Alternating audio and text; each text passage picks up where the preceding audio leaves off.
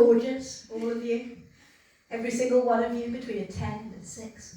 But this is coming from a solid 5, so I'm punching above my weight with the least of you. Hi, you look like a nice audience. This looks like a nice venue. I look like a nice stand-up comedian, so we are going to have a nice time. That is a promise or a threat, depending on what motivates you more, the carrot or the stick. My name's Chrissy, Derbyshire. Just to give you a very quick idea of the kind of person you're dealing with here, I recently put both of my hands in the bin in a public bathroom because I thought it was a Dyson Airblade. So that's me. What else can I say about myself? I'm quite a modern person. I'd like to think I'm a bit of an advocate for more atypical, more progressive family setups. For instance, my life partner isn't strictly a husband. If anything, he's more what you'd call a cat. He's a cat. I'm practice wifing. He's a cat. His name's Bernard. I think we have a very healthy relationship, except that he did recently lick my boob, and we haven't really spoken about it since. So I'm not quite sure what that means for us. That's the small talk portion of the evening over, thank you. So I've been thinking a lot lately about my internal organs.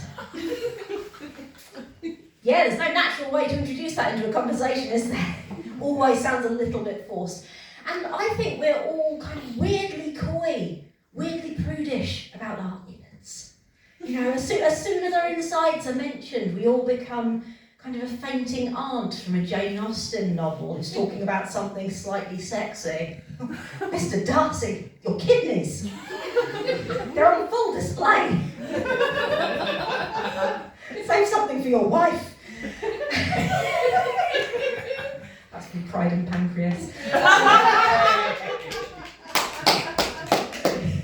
Okay, I've gauged the level of your humour now.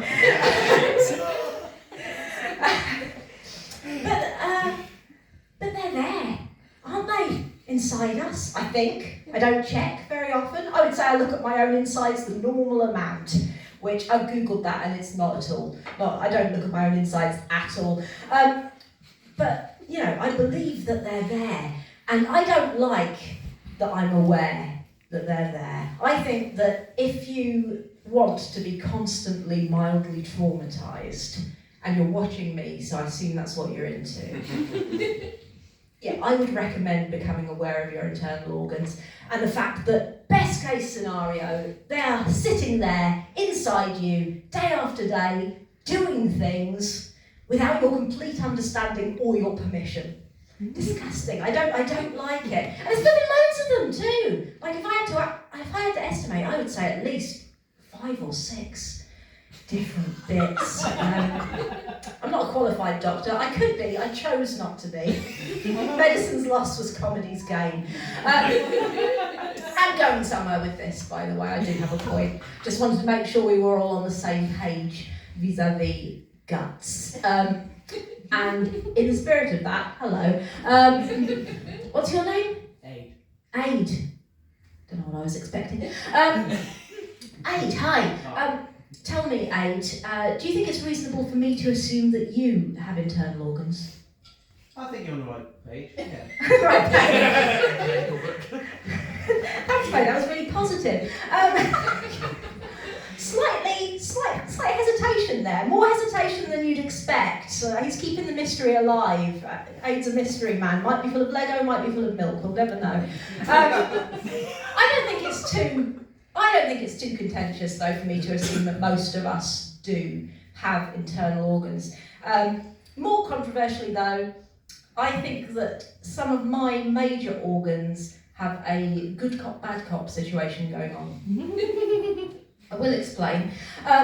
My heart, absolutely no problem. Don't mind my heart at all. It pumps blood around my body like an absolute champ. I want it to beat. It does beat every day so far. No problem at all with my heart. My brain, on the other hand, is an arsehole. Not literally, obviously, that would be biologically quite upsetting. I mean, of course, my brain is a dick. Again, not literally. To be absolutely clear, my brain is a brain, but that is the best thing I can say about it. I hate it, it hates me, there's mutual animosity there. At best, it's kind of blithely useless. At worst, I think it might be trying to kill me. Because every day, several times a day, my brain will just go, oh no! And I'll say, what is it? And my brain will say, oh no, you've forgotten. I say, what have I forgotten? And my brain will say, I don't know, something probably. And the worst thing is it's usually right. I usually have forgotten something because I have zero short-term memory. Brilliant long-term, zero short-term. So I can remember word for word the song from a Chicken Bovril advert from 1988, but I can't remember the beginning of this sentence. I'm just hoping that by the time I reach a natural pause in speech, it's at least grammatically correct. You know, so I'm desperately trying to work out what it is that I might have forgotten. And my brain pops up again, very helpfully. Oh, hello, hi. Maybe you've forgotten your PE kit. And I say, no, I don't think so.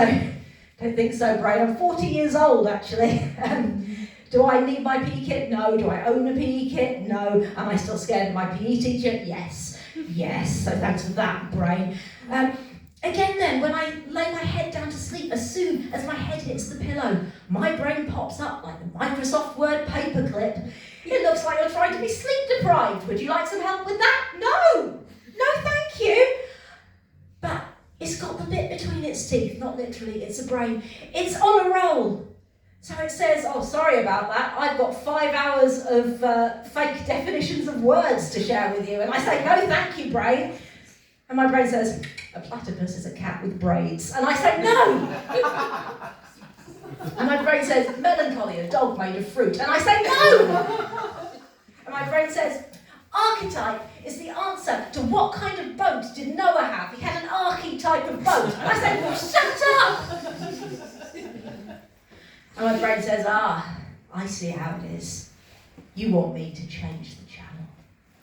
And I say, oh God, please, no, don't change the channel. And my brain says, no, you've twisted my arm. Not literally, it's a brain. You've persuaded me. I'm going to change the channel. And then it's a 50-50 chance whether it's a night of crippling self-loathing, so my brain reminding me of all the ways in which I might have let down myself, my child, my parents, my friends, my lovers, not in bed, just FYI. My PE teacher again, weirdly. Sometimes my country.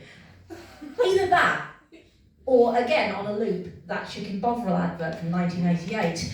I'm working on it though. I am working on it. I'm in therapy. Right now, thank you. The bedside manner's a bit weird, you keep laughing at me, but I think I'm into it. It's good though, isn't it? It's good to talk about your problems, whatever outlet you have, whether you have access to real therapy, whether you just talk to a friend, vent on social media. I think our speech therapist lady here looks like she might write sad songs on a ukulele, and that is absolutely fine. That is fine. Because it's good to talk about the ways in which we are weird and messed up and broken, because we are all weird and messed up and a little bit broken. This world, this beautiful, miraculous, lush green earth on which we live is so weird. It is so messed up. Have you ever watched a nature documentary? Don't if you want to still love nature. It's a Lovecraftian hellscape out there. An octopus's penis, ladies and gentlemen, is on the end of one of its arms. It can rip it off and throw it at you if it wants to mate. Not you personally, I don't know why we locked eyes just then, but still, that doesn't feel right, does it? That is counterintuitive. I think if you're not at least a little bit put out by that, I would put it to you that your Pornhub search history is troublingly specific. You can call it vintage anime as much as you want, Aid.